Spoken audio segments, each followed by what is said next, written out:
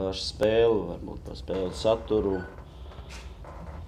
Vai mēs varējām ātrāk gūt vārdus? Laikam, jā, tur ir tā laikam mūsu problēma arī jau kādu ilgāku laiku, ne tikai šodienas, kad mums nav pagaidām uz doto brīdi spēlētāji, kurš var izšķirt spēles likteni ātrāk. Momenti ir, jā. Bet, vēlreiz paldies komandai par pašatdevi, par pacietību un par 3 punktiem.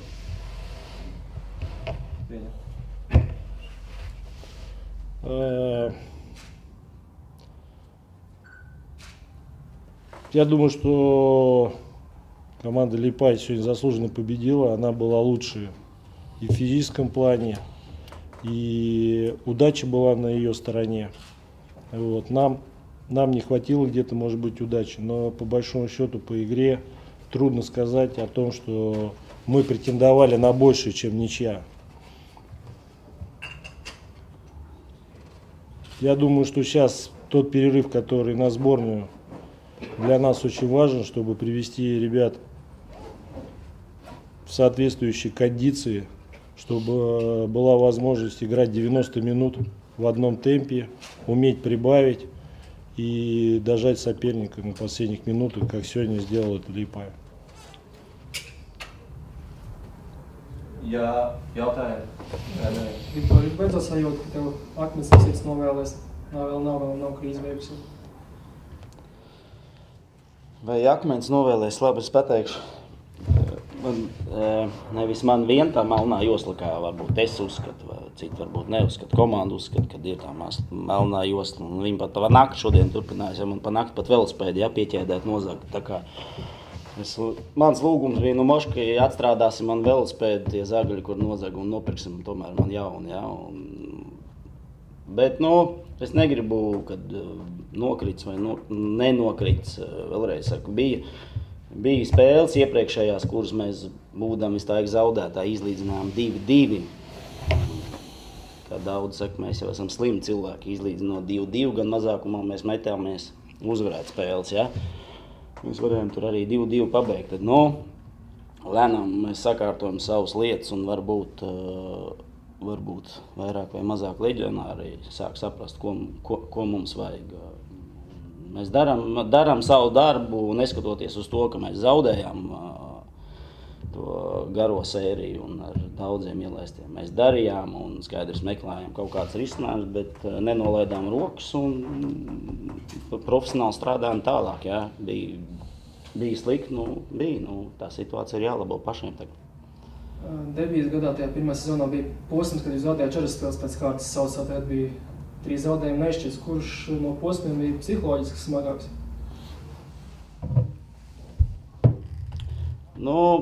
Teiksim tā, ja mēs jau gada sākumā mēs baidījāmies posmu tieši, kas būs pēc Eirokausiem. Tas arī, ko mēs baidījāmies, to mēs arī sagaidījām. Ja? Es domāju, ka šitas posms laikam bija briesmīgāks nekā tas bija, jo tomēr mēs bijām komanda ar jaunu nosaukumu. Īpaši mums neviens tur tam uzmanību nepievērsa, un tāpat mums tur iedeva 6. vietu un 5. ka mēs izcīnīsim. Ja?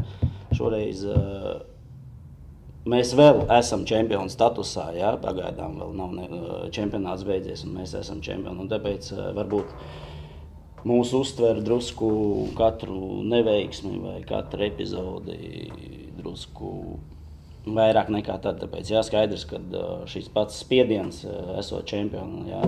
Statusā, un tas spiediens tomēr gan uz treneriem, gan uz futbolistiem laikam lielāk sajūtams ir tagad nekā tas bija tad. Владимир, Комара обычно играл опорником, сегодня играл центральным защитником. Почему? И тоже вопрос обратно про Баринова. Он обычно играл защитником, а не опорником. Прошлую игру Баринов второй тайм играл уже опорного. И по такому же расположению мы играли предыдущую игру. Решили усилить оборонительные действия, да, и там сыграли мы в ничью. И сегодня, я считаю, 2 центральных защитника сыграли на уровень. Вот. Центральная зона, именно где работают опорные полузащитники, Лайзенс, сейчас Баринов, вот, не в тех кондициях, которые бы позволяли им вести игру. Нам нужна была победа, и мы перестроились на 2 нападающих, 2 опорных. Лайзас подустал, а Баринов не смог свежий наладить там игру. Почему нас ждет такой спад в физической форме сейчас происходит в команде? Но вы понимаете, что команда не в лидерах идет, а находится в нижней части таблицы, и вот эти неудачные игры, они психологически на команду повлияли. А психология, она всегда связана с физическими кондициями. То есть, когда сил нет, очень тяжело заставить себя где-то сделать лишние движения. Все к одному.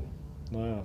Если нет физики, если нету определенного настроя, да, и не хватает сил, уже про тактику и технику уже ты не будешь здесь говорить.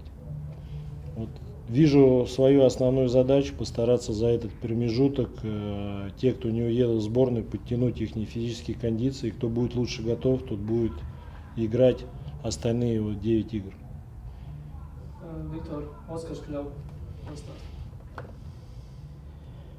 Oskars Kļava. Es domāju, ka mēs viņu redzēsim nākušā spēlē, ja, jo principā mums saraksts no 5 cilvēkiem bija, kam bija pa 3 kartiņām, ja, un tur bija gan Ivanovs, gan Kļava bija, gan vēl vairāk, ja, un skatoties, ka mums nākušais ir izbraukums ļoti tāls, un zinot Oskaru raksturu, viņam ir vienalga uz asfalta spēlēt, uz mākslīgo vai uz zāles, ja, tāpēc varbūt izejot no šī, kaut gan es pirms tam teicu, kad ja mums ir futbolisti, no kuriem izvēlēties, tad tas ir labi. Slikti ir, kad nav no kā izvēlēties. Tā kā mums arī bija kāda laika. Ja. Šoreiz mums ir izvēle, un arī pat ja tā ir konkurence, tad tas ir tikai ar pluszīmi tieši man kā trenerim, ka man ir no kā izvēlēties un ka es varu rotēt. Tumānovs? Tumānovs varbūt skaidrs, kad viņš bija pēc smagas traumas, ja, un pagājušo spēli Rīgas futbola skolu es viņam uzticēju, ja, bet pat pats domāju, ka viņam vairākas un spēcīgākas fiziskās kondīcijas, ja, bet viņam sāk vilkt krampi, un tas pierādīja to, ka vēl viņš nav pavisam gatavs, ja, tāpēc tā kā brīvdiena, bet viņš noteikti nospēlēs pie dublieram un caur spēlēm arī viņu uzņems. Владимир, дебют у Панце, как он выглядел? Какой вообще он кондиции сейчас? Ну, вчера только он прилетел, и понятно, что кондиции не из лучших, потому что он был без команды, тренировался самостоятельно, и вот сегодня его хватило на 20 минут, но важно еще и понимание, нападающий он зависимый игрок, то есть команда должна понять, как его использовать. Вот. Сегодня был дебют, и думаю, что опять же вот этот период, да, даст нам возможность притереться друг к другу и те же кондиции набрать. Пока он не совсем готов. Конечно, у него очень хорошее резюме, играл в Бундеслиге, где только не играл, а это уже прошлое или что мы вообще можем ожидать от него, какой уровень? Ну, я думаю, только тренировочная работа покажет, да, сейчас мы только знакомимся, и данные хорошие, видно, что может не только играть вверху и внизу, работает с мячом. Я думаю, физически наберет и будет то звено, которое нам необходимо сейчас в команде. Viktor, ja viņam pienāca uzvicās, jūs gribēsies reizgājis, pieļaujot pēc tavas atbalstas pieprašana pēc konferences, man liekas, īsti nesam vienās ar viņa aiziešanu. Ar ko? Ar Kameša aiziešanu? Es varbūt pateikšu drusku ar humoru ņēmums, kurš šogad ir guvis 5 vārdus, tas uzreiz ir prom. Jā, tas 5 guvu. 5 Liepājas. 5 viņš guva. Jā, Dāvs, Gauračs, Kamešs, jā. Būtu Oskars Kļava ir guvis pret RFS pagājušajā gadu.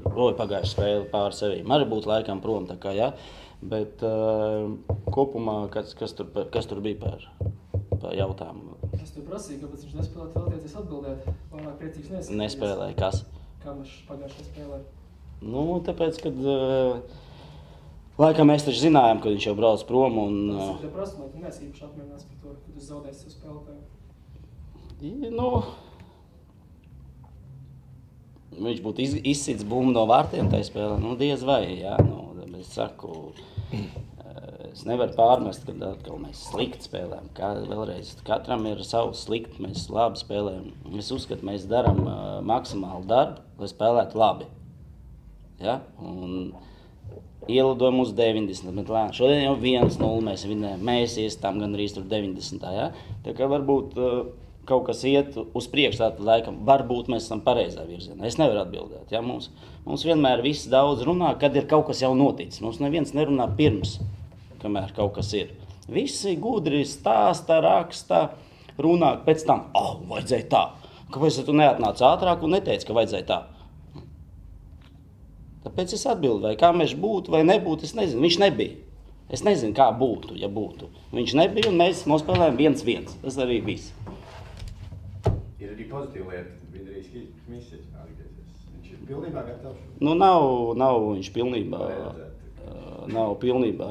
Un, laikam, jā, mēs saprotam, ka kaut kur mēs jau, man paša doma, nedod viņam tik daudz laika, bet skatoties uz viņu, viņš sēž tā kā uz elektriskā krēsla un visu laiku raujās, piedalīties katrā spēlē.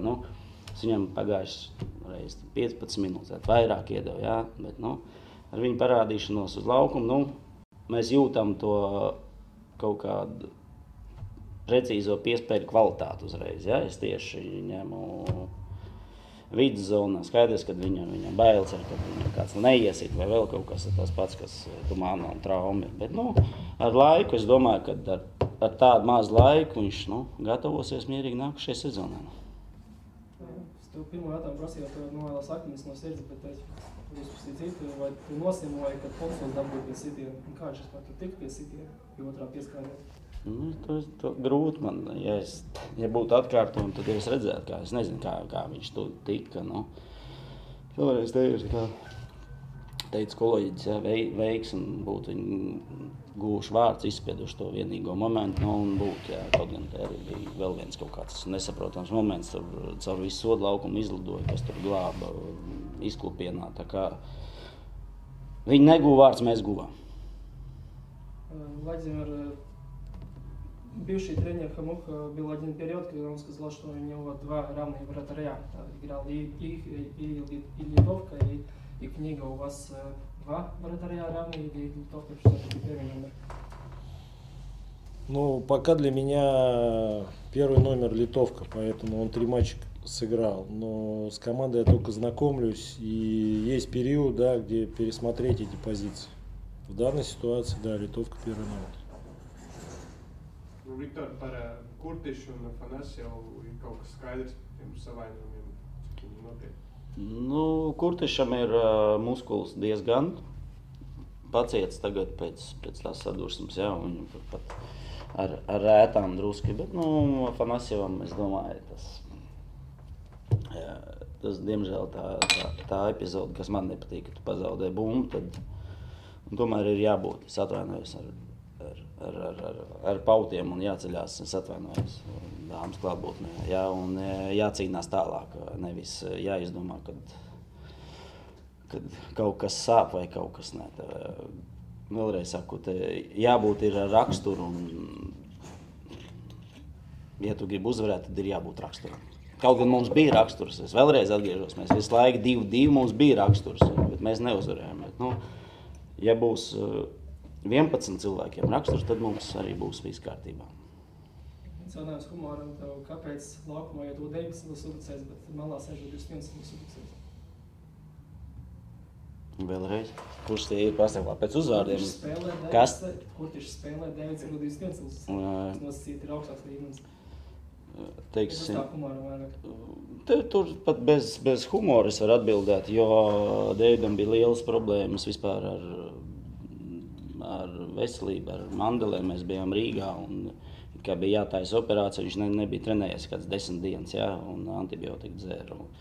Bet Markus pierādīja šīs visas spēles, kamēr nebija mums vēl pieredzējušākā uzbrucēja, Viņš guva vārdus, tāpēc viņš bija pelnījis ar savu realizāciju spēlēt pamatsastāvā.